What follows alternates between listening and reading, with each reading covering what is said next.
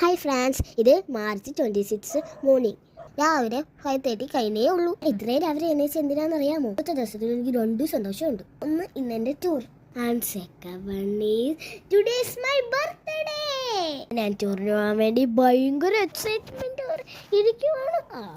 അങ്ങനെ ഞങ്ങൾ റെഡിയായി. ഒരു 7:30 ആയപ്പോൾ ഞങ്ങൾ സ്കൂളിലെത്തി. ഞങ്ങളുടെ കൂടെ വെൻസ്ഡേ യൂണിഫോമായിരുന്നു ഇട്ടുകൊണ്ട് വരാൻ പറഞ്ഞാലേ വെൻസ്ഡേ യൂണിഫോമായിരുന്നു, അതുകൊണ്ട് എല്ലാവരും ഇട്ടത്.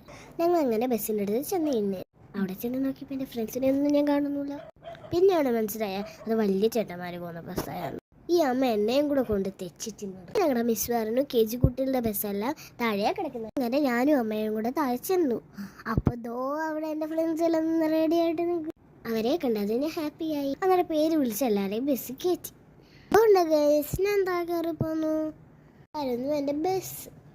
ഞങ്ങൾ ബസ് നമ്പർ 1 ടോട്ടൽ 3 ബസ് ഉണ്ടായിരുന്നു KG സെക്ഷനിൽ. അങ്ങനെ ബസ്സിൽ കയറി അങ്ങനെ സീറ്റൊക്കെ പിടിച്ച് ഒരു സൈഡ് സീറ്റ് പിടിച്ചിരുന്നു.